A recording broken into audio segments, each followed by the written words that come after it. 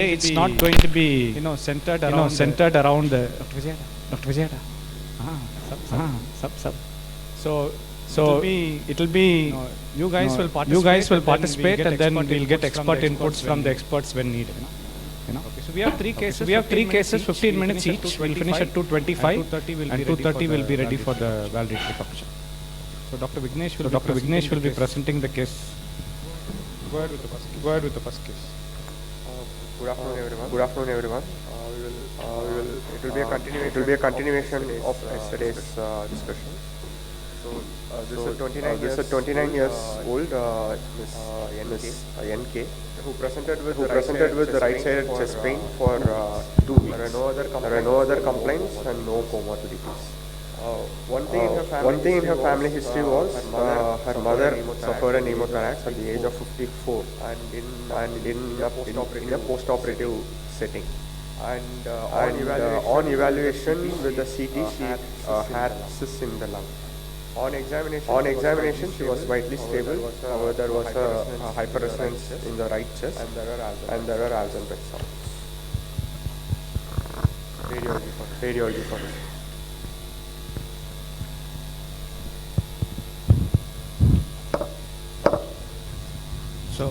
So on the way we did it is the audience will comment on the radiology first, and then we'll come in. So you can kind of ask them and guide them to answer.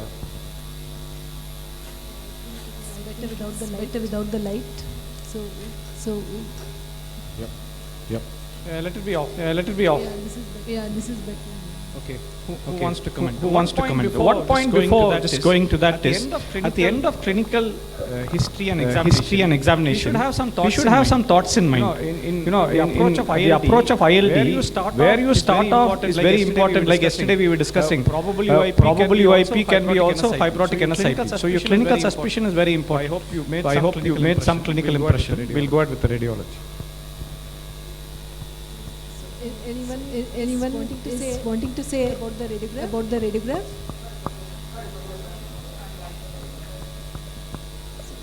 So hyperlucent. So what is it?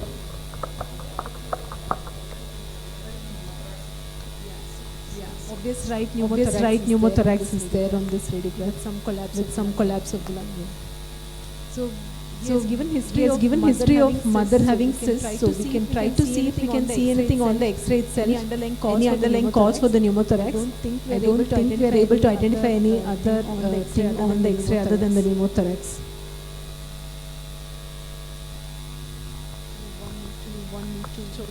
Show the other images. Yes, sir. And this is subsequent X-ray with the.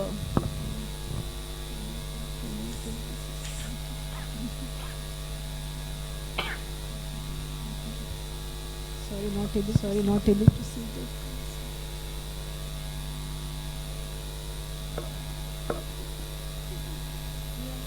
Yeah. It's there, Okay. No. Yeah.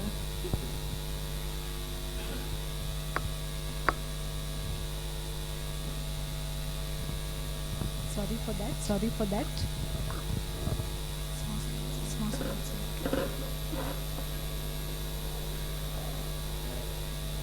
So I think we went ahead with the HRCT.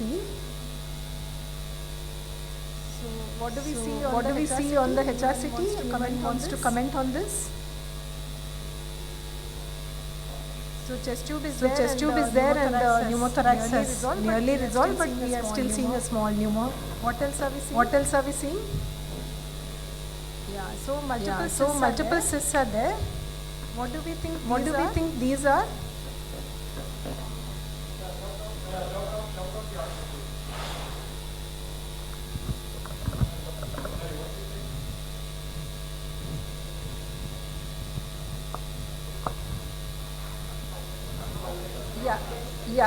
Yeah. These are some areas of consolidation. So what could be the possibility in this situation now? What could be causing these consolidations? definitely we have to think of infection, but nothing in the history was suggesting any infection. But still that should be in the back of our mind. What else could it be? The lung had fully collapsed. No, we have just put in the chest tube. It's just expanding. Maybe there are some areas of remaining atelectasis is going to slowly expand. So those could be the thoughts about these areas. Other than that, we are seeing cysts. So anything about the characteristics of the cysts that can help us. So what are the thoughts that come into our mind now? What are the cystic lung diseases that we know of? and so LAM, LCH, Bert Hogg Dubé, LIP, then any other light chain disease, few other things. But among these, what are the top things? So one is she's a woman. So that makes LAM more common, right? Then there is family history. So what is the other thing we want to consider with the family history now? Bert Hogg Dubé is the other thing we need to consider. So these two are the main things with the family history.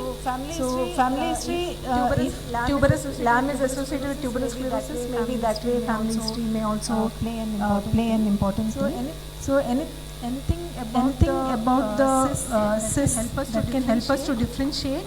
So there is lot of overlap between all this. Very difficult just by seeing the type and size and shape of the cyst to differentiate between Bert Hogg Dubé and LAM. Some things that people say is this Bert Hogg Dubé cysts are kind of going around the vessel, and they are larger. They can have more septations, and they can be along the mediastinal pleura or along the pleural surfaces. These things can. This is probably part of the pneumothorax. So these things can point towards Bert Hogg Dubé, but we cannot be sure. But keeping in mind these two things, both these things, we need to look at the kidneys, because Bert Hogg Dubé can have RCCs and LAM, if it is associated with tuberous sclerosis, can have angiomyolipomas in the kidneys. So I am just looking at the kidneys. So we haven't covered the entire kidney because this is a HRCT thorax, but whatever is covered and whatever we can see on the non-contra CT, we are not really seeing any lesions in the kidneys. Thank you, ma'am. Yeah. So we have a lady with cystic lung disease who's present with the pneumothorax. What is the next step forward? We have a differential of LAM and Bert Hogg Dubé. What should we do next? What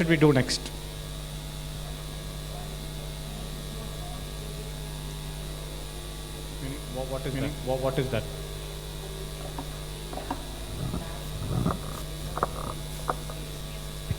We can just do a fibrofolliculoma. We have to need skin lesions also. So if we have the obvious skin lesions of fibrofolliculomas, I don't think he has mentioned. Then we could do a biopsy from the fibrofolliculomas, and we can have the diagnosis. No fibrofolliculomas. And if we are suspecting LAM, although LAM cyst should be uniform, round, with no obvious interstitial lung changes, then we could send directly serum VEGF-D. And I don't think any angiomyolipomas. So if we have VEGF-D with compatible HRCT, the diagnosis is done. Otherwise, we need to do a lung biopsy. But if we are suspecting BSD and there is a hereditary component also, then I think FLC and gene mutation will do good for this. Listed the probabilities now. We'll open it to our panelists. What should we do next? We've given multiple options. What would be the best approach? Very right. If available serum VEGF-D levels, I don't think they're commercially available. And the thing is follicular gene mutation. So because those two will be my differentials also. The other LCH and LIP will be unlikely in such a case.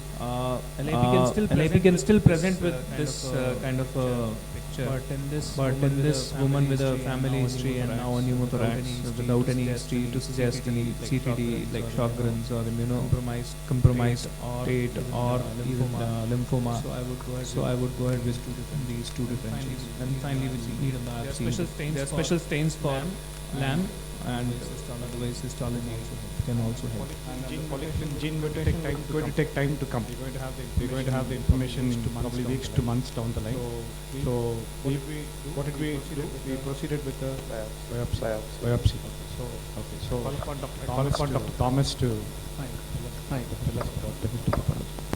Yeah, so this was the transbronchial lung biopsy that we received. As you can, does anyone want to make a guess or take a guess? Histopath. To a clinical crowd. Anybody wants to take a guess? Anybody wants to take a guess? What it looks like? What it looks like? Okay.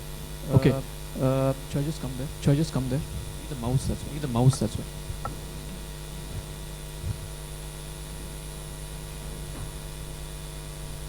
Yeah, so there's a lot of pink stuff that you can see. So all this pink stuff is because the lung alveoli have collapsed. So there's a lot of collapse. So that's the first thing that is seen here. There's extensive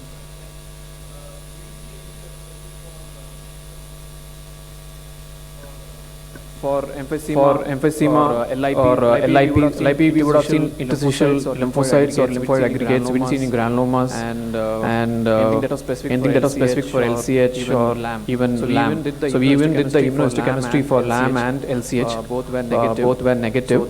So this is what our biopsy revealed. Just that extensive atelectasis and no emphysema, no granulomas, no LIP, and no LCH as well as no LAM. So that is what path had revealed.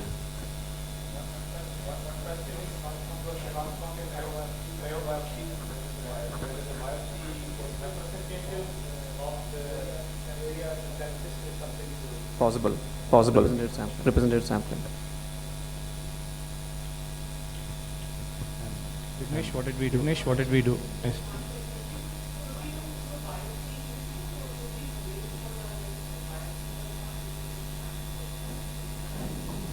Are you asking? Should we have done the biopsy? Well, yeah, that's what we discussed. That's what we discussed. So while the other tests may take time to come, the patient is with us. With the pneumothorax that is settled. I shared a chest tube in. That's probably the best time to do the biopsy to know if it may fit into LAM, LIP, other differentials. Now that we've not got the answer, we have gone ahead with further testing.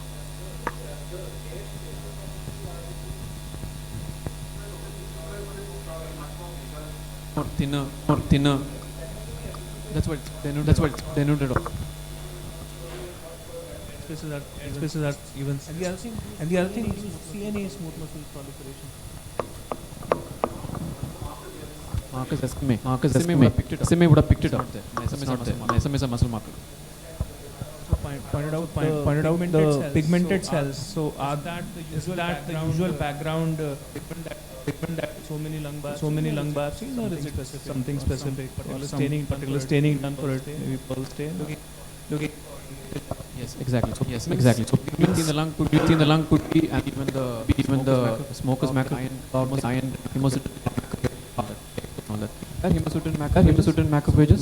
Some of them are also anthracotic pigments.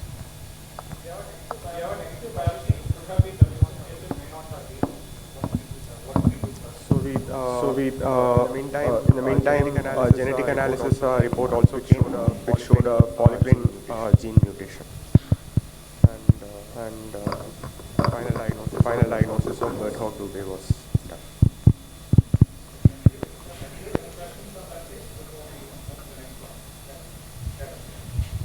I think what he was saying was at that point of time probably we could have avoided biopsy, but only reason probably why they have gone for biopsies, the pneumothorax. Chest tube was already there, so that is the best time. Otherwise, suppose the same patient comes stable, you did the CT scan and that showed cyst like this, which is more toward Dubé syndrome as compared to other differences. So we might have waited for getting the blood report.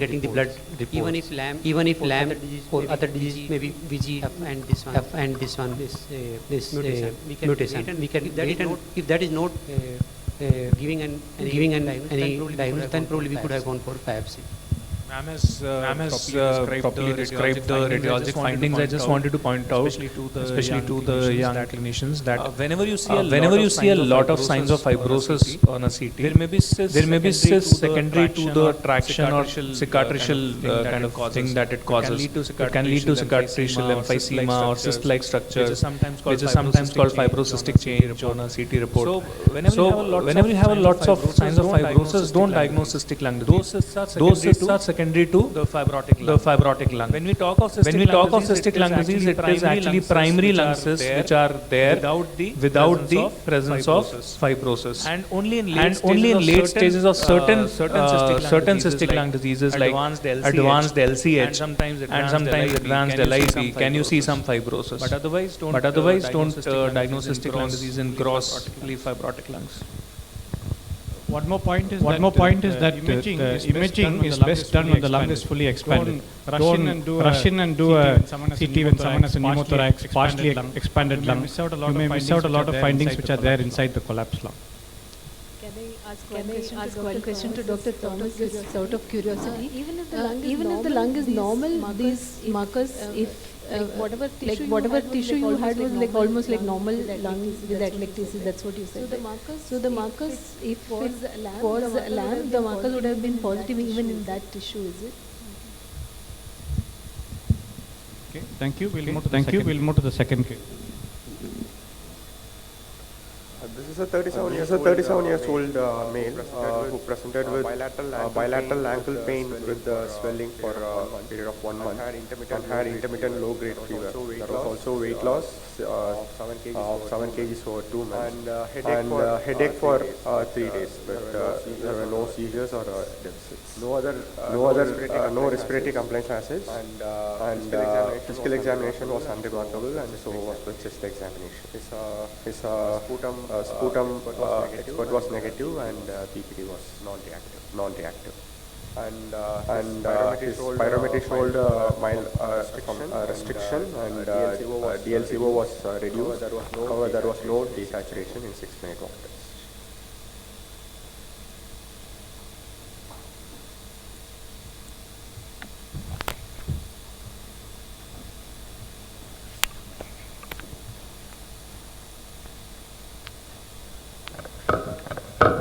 So anyone wants to comment on the X-ray?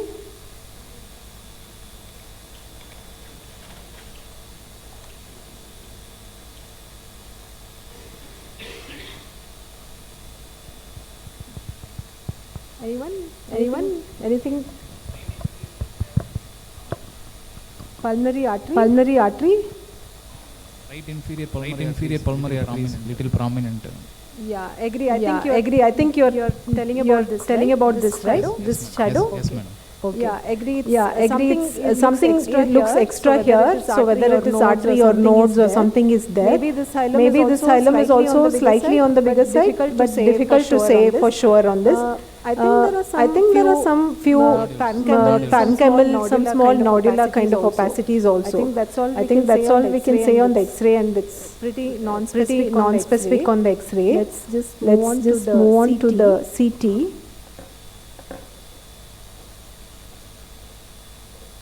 So here we have a contrast enhanced CT. So what do we see?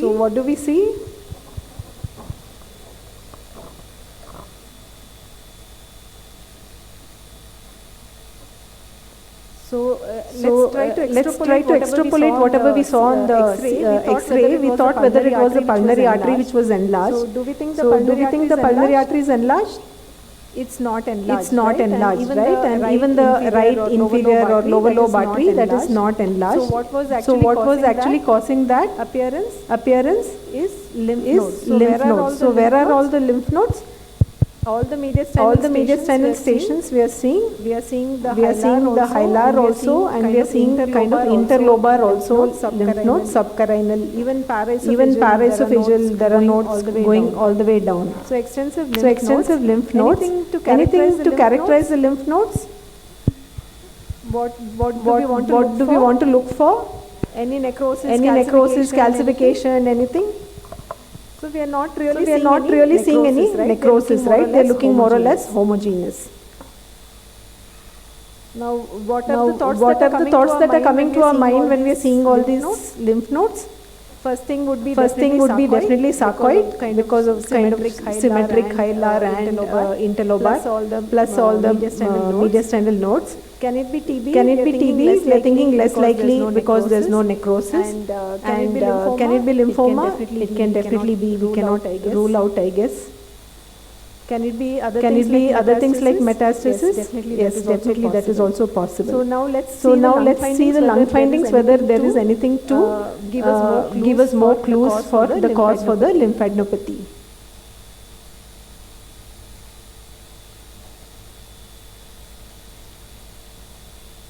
Anybody see anything? Yeah, so there's one big nodule kind of along the fissure. What do you think that could be? It's more likely to be like an intrapulmonary node, I think, rather than anything else. That is not really very much contributing. There is probably another small nodule like that along the fissure. Anything else we are seeing? Yeah, not much. There is some kind of minimal subpleural opacities here, but not much.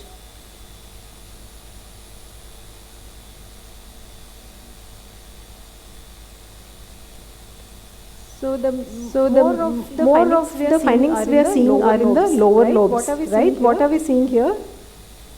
Yeah, there is interlobular septal thickening. Is it a smooth thickening or is it a nodular kind of thickening?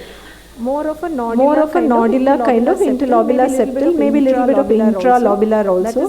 That is the predominant finding that we are seeing. Now we are just going back and seeing whether similar findings we are seeing in the upper lobes. We are actually not seeing similar findings in the upper lobes. Few scattered, some small subpleural nodules are there, but it's not as much as we are seeing in the lower lobes, right?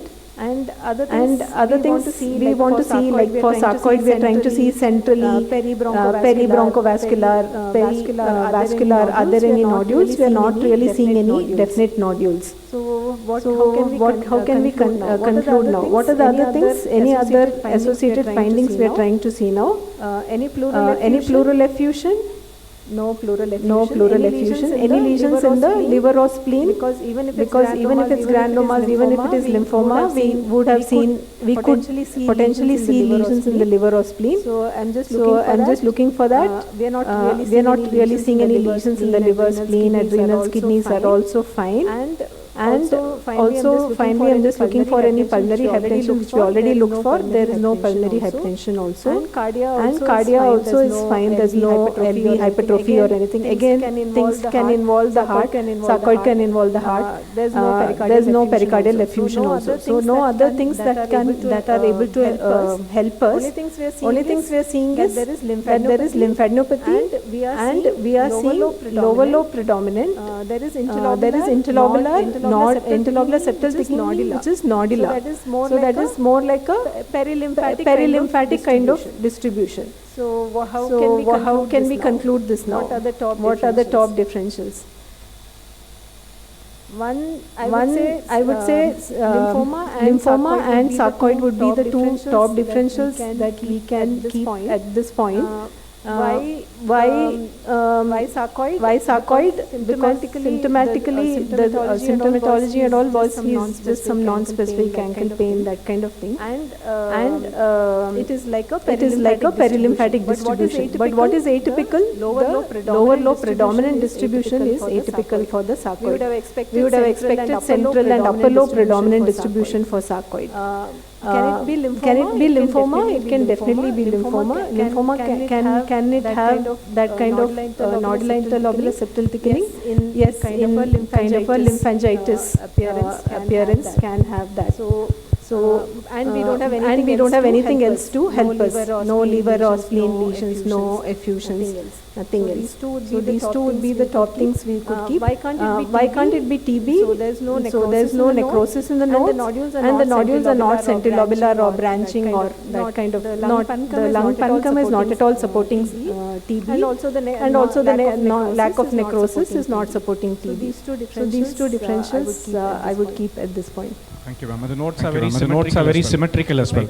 Like what Dr. Shajal was saying, to differentiate between TB and sarcoid. Radiologically, notes are very symmetrical and necrotic. So likely to be sarcoid, lymphoma, the two differential at the end of this is.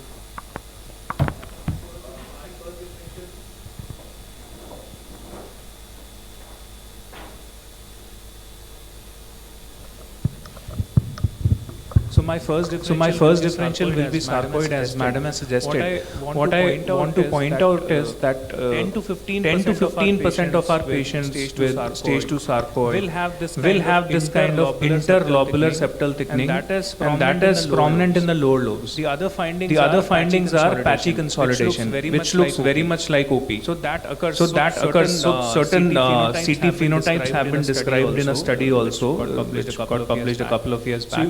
So you may have the typical peribronchovascular thickening in the upper lobe, which is the most typical finding in sarcoid, and it may be nodular thickening, perilymphatic nodules, subpleural nodules, or sometimes in 10 to 15% of cases you might have this kind of a lower lobe appearance, and it is not extensive. So when you have upper lobe involvement, it could be extensive, but with lower lobe there may be some patchy consolidation or interlobular septal thickening like that we saw here. And with this kind of a picture, you cannot rule out lymphangitis. It's a very typical presentation of lymphangitis, which occurs with epithelial cell malignancies. So, for example, bronchogenic carcinoma or other metastatic epithelial cell malignancies. But the kind of distribution of nodes we saw with that kind of the sizes were not big, but they were well distributed throughout. Without any hypodensities. So sarcoid is still the first differential. Lymphoma again will be unlikely with smaller nodes at multiple stations rather than big nodes or one large asymmetric node. So, but all of them remain different. So TB is still a differential in my opinion, although it will come much lower down because, as madam pointed out, no centrilobular nodules. But TB will bring surprises always in the context of sarcoid. So any patchy consolidation in the lower lobe nodes could as well be TB sometimes. I think most of the things have already been told. I am little worried about that nodule which is there in the lower lobe, and then in the same area the nodules are there, fine nodules which can easily represent lymphangitis. So are we dealing some kind of malignancy here? Still that we need to keep in mind. The only thing is probably the patient is little young. That is one thing. Otherwise, well fit into that lymphangitis pattern. I would like to ask one thing. Sometimes when we see these CTs, you see vessels running through the nodes. Does it have any implication? Does it mean that it's more likely to be benign, or is it more likely to be malignant? Even in this CT, there was small vessels running through the subcarinal node.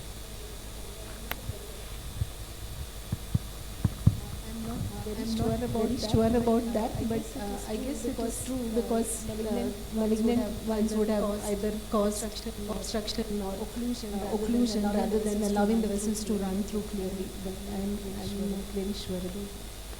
Not very sure on CT, but on endobronchial ultrasound, if there is a central intranodal vessel, which is called the CIV sign or the central intranodal vessel, that goes to the hilum of the lymph node, and it's a straight vessel nicely going to the hilum, like you see in a small form of kidney with a hilum and something going in and out of it. So that kind of an appearance is there with benign nodes on endobronchial ultrasound.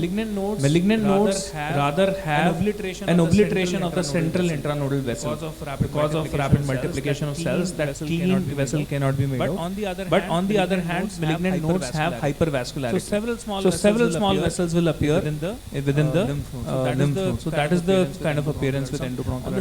On the CT, if some vessel is passing, I think we need to move on. We have only overshot time by about 7 minutes into the third case time. So we can debate what biopsy should be done as well. There's more time. Let's quickly look at what was done. So was taken for bronchoscopy and EBUS. The microbiologists were unyielding. So we received the bronchial biopsy. As you can see, it's just there's no lung. It's just a bronchial biopsy. And towards the 3 o'clock next. Yeah, there is a particular pathology finding there, right under the epithelium. Next slide. So the high mag of that, a few collections of histiocytes. So it's not like a very well-formed granuloma, but they're definitely histiocytes, and there are occasional multinucleated cells also in some of them. Next. Yeah. So it was just this biopsy was given on subbronchial ill-formed history aggregates. Now I'll come to the meaning of all these things. So next was the EBUS guided FNAC, and this is the cell block of the FNAC. And next, there are multiple pink nodules that you can see. Those particular pink nodules are actually the granulomas, all closely packed, coalescent, non-necrotizing.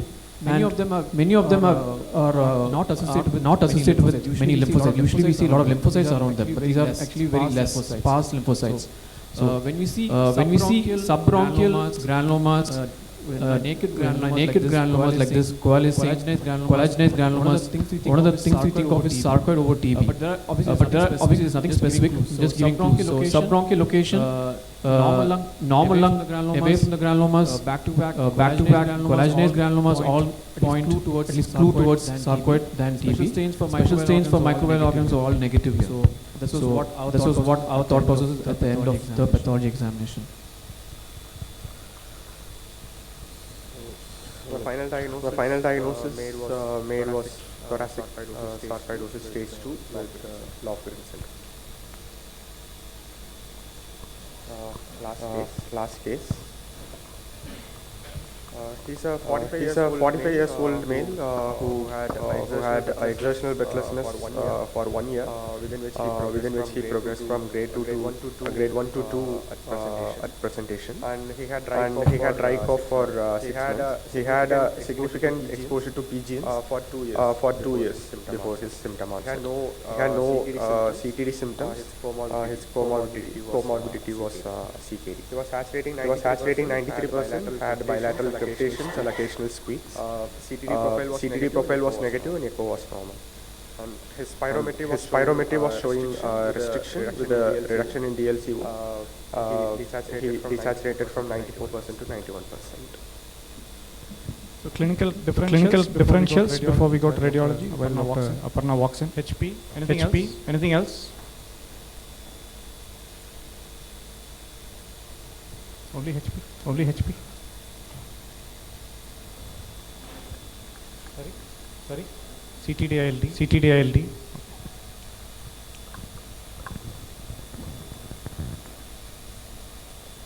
So this is the HRCT. We'll just directly go to the HRCT.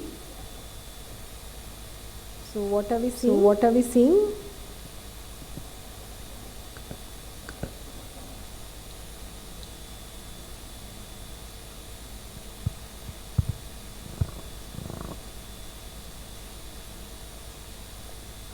What are all there? So there is some ground glass. There is some minimal reticulation.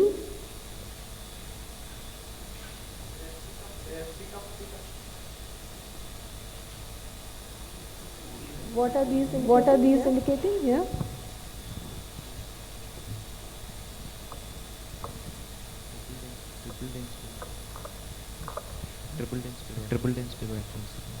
Triple density pattern. Yes. Triple density also. Yeah, these are traction bronchiectasis. What does that indicate?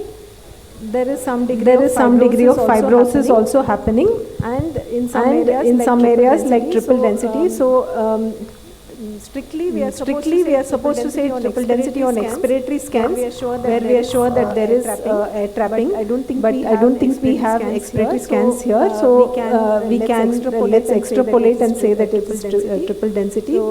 So what are the triple densities? Normal, air trapping, and there is a little bit of ground glass density. And distribution wise, what about craniocaudally? It's more in the bases. What about axially? Means central to peripheral. If we say, is it predominantly subpleural? That is not really there, right? Even the central areas are involved. So central and peripheral are involved, but there is definitely a lower lobe predominant involvement. The other things, medius tunnel window. So there are some small nodes, maybe like a borderline nodes. Pulmonary artery is not dilated, and whatever upper abdomen we are seeing is looking fine. So how can we conclude this now? One thing is there is some kind of ILD. We all think yes, right? Is it a fibrotic part? Is there a fibrosis? Yes, because there is traction and some kind of architectural distortion. There is some fibrotic component. Now can with the pigeon exposure history, can this be hypersensitivity pneumonitis? So between all the typical compatible and other diagnoses, what do we think it is? Can we call it typical? We are seeing the three density signs. So what do we need? We need one parenchymal involvement, which can be in the form of fibrosis and ground glass. That is there here. We need one thing to say airway involvement, which is either central-lobular ground glass densities or air trapping. We are presuming there is air trapping here. So we have these both parenchymal involvement. We have airway involvement. But distribution wise, is it sorry?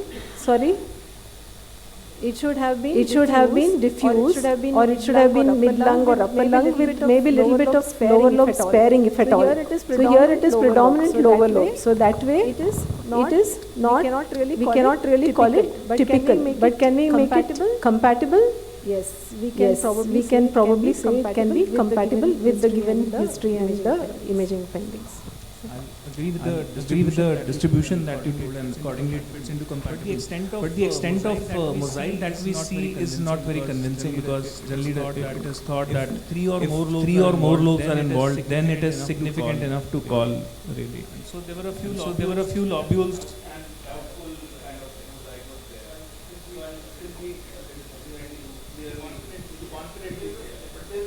there. And what is our differential at this point? Because differential is this kind of a picture would be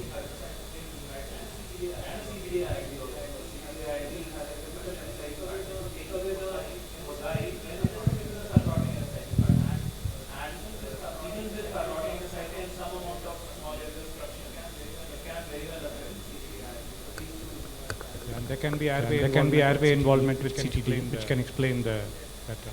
It's a 45-year-old male could be rheumatoid with airway involvement with appendicitis. Yeah. Okay. Right. So we need a drug history. We need a CTD profile basic, and we need further evaluation. So what should be the further evaluation? Like we need to go further evaluation invasively. So we need to do a CTD workup. What was the drug history? No exposure to any CTD workup basic was negative. So with that, what should be the next step forward? BAL plus minus TBL. So should it be? Yeah, doctor. Yeah, doctor.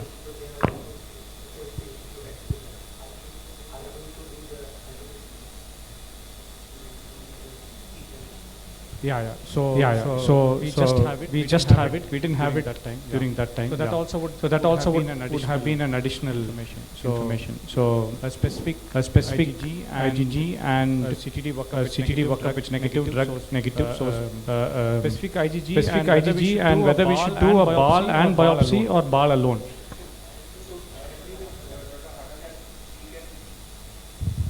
We can go ahead with a specific IgG panel, but still it adds only confidence to your exposure history. Even if you have a compatible with HP pattern with a positive exposure history, that can at best give you a low confidence diagnosis. So we must definitely go ahead with a BAL to look for lymphocytosis and a biopsy, because in our setting several times we have seen that once fibrosis has appeared, the rate of picking up lymphocytosis may be low. So it is best to do a BAL with a transbronchial lung cryobiopsy, or even you can not do a BAL and just do a very good cryobiopsy taking 4 or 5 pieces. That may also give you the diagnosis. Agree with you. So actually, if you're doing a biopsy, the ball doesn't matter. But what? Go ahead. As in this case, there was no ball lymphocytosis. So which made a low confidence diagnosis. This was followed by lung cryobiopsy.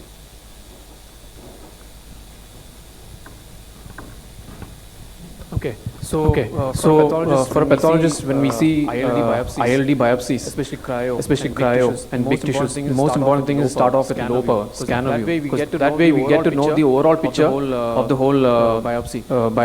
Because architectural distortion is one key feature in ILDs, fibrosing ILDs. So this is actually a low power 10x view, and as you can see,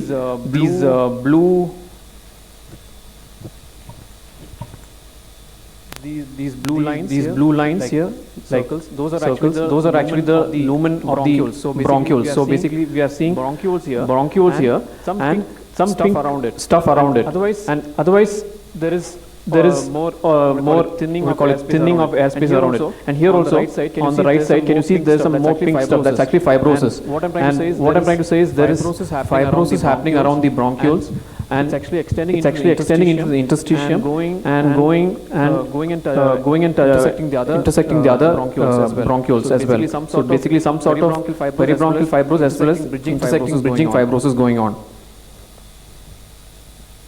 So this is the higher view. As you can see, this is another area where the whole fibrosis is intersecting, going along this line and actually going and intersecting with this bronchus.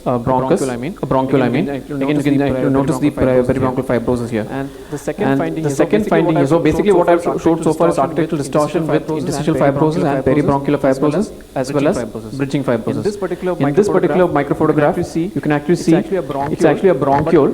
What is under the bronchiole is light looking connective tissue. We call that fibroblastic foci or fibroblastic proliferation. So when you see this in the alveolar interstitium, we call it fibroblastic foci. Here is actually in the distribution of the bronchiole. Reason I'm saying bronchiole here is when we talk about fibroblastic foci, we think of UIP. But here the fibroblastic foci is actually the peribronchial context. And this is another view to show NSAP-like pattern, which is mixed inflammation and fibrosis. So basically, there is the fibrosis, the pink stuff, as well as the blue cells. Now the differentials given before the biopsy was CTD. So CTD generally you should have dense lymphocytic aggregates. Those were not there. And yes, we did see NSAP-like pattern in addition to the previous slides.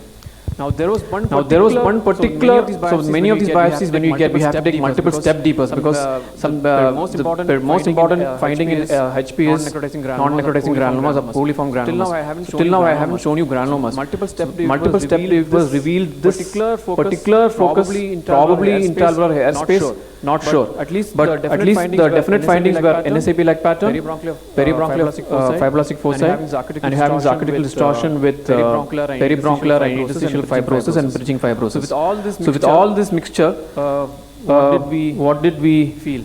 According to the ATS guidelines, you have the criteria for HP, probable HP and intermediate for HP. So we did have architectural distortion, we did have fibroblastic foci, but located in the peribronchial context. It is just not random, because that will be usually seen in UIP. And we did see fibrotic NSAP-like pattern.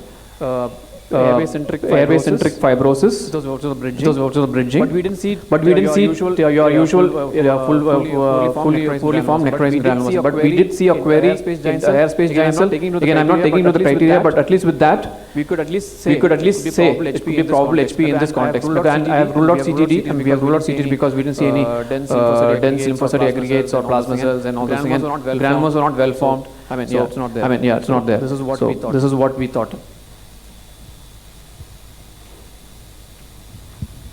So whenever you have done a cryobiopsy and the biopsy goes to the pathologist and you are suspecting HP, then always ask these questions, as you rightly pointed out. If you are suspecting CDD-ILD as a diagnostic differential, always ask for dense infiltration with lymphocytes and lymphoid aggregates. So if you have lymphoid follicles, lymphoid aggregates, it goes more in favor of CDD-ILD. For HP, you need to ask this bronchiolocentricity of inflammation or fibrosis. So if this fibrosis, you just ask whether it is centered around the smaller airways or not, because you saw that NSIV pattern.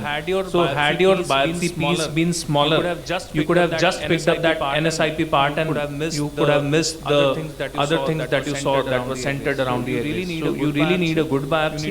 You need to look for bronchiolocentricity. And then if you get a loose granuloma or a few histiocytes with giant cells, that seals your diagnosis. So with the Hachasity picture compatible with HP and positive exposure with a probable HP histopathology, we made a diagnosis of HP with high confidence.